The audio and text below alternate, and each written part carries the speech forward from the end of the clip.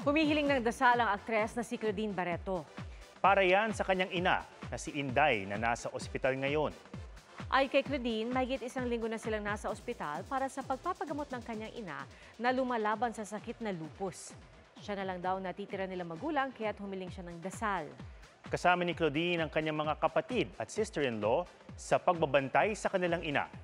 Hiling din ni Claudine na isama siya sa mga panalangin dahil hindi na siya makakain at makatulog ng maayos.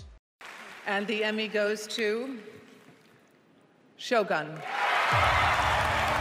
Humakot ng iba't ibang parangal sa Emmy Awards 2024 ang Japanese historical epic na Shogun. 18 awards ang inuwi nito, kabilang ang Best Drama Series, ang first ever non-English language series winner. Nag-set din sila ng bagong record sa Emmys bilang most nominated and most awarded single season drama series. Best Lead Actor and Actress in a Drama Series naman ang lead stars nito na sina Hiroyuki Sanada at Anna Sawai na first ever Japanese winners. It was an East meets West dream project with respect. And Shogun taught me that when people work together, we can make miracles. Talk of the town ang pilot episode ng The Voice Kids Philippines. Di lang puno ng kantahan, kundi pati tawanan at kulitan. Ang pipiliin ko pong coach ay si Coach Stel!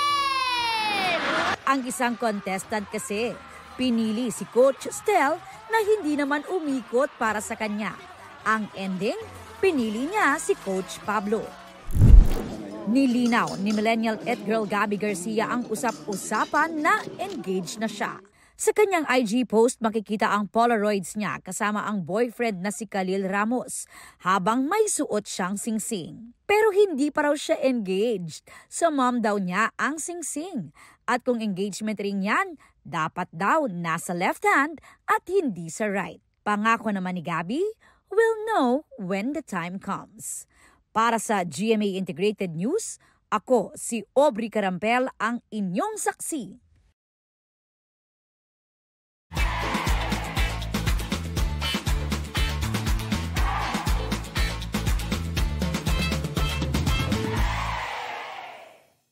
Mga kapuso, sama-sama tayong maging saksi. Mag-subscribe sa GMA Integrated News sa YouTube at para sa mga kapuso abroad, samahan niyo kami sa GMA Pinoy TV at sa www.gmanews.tv.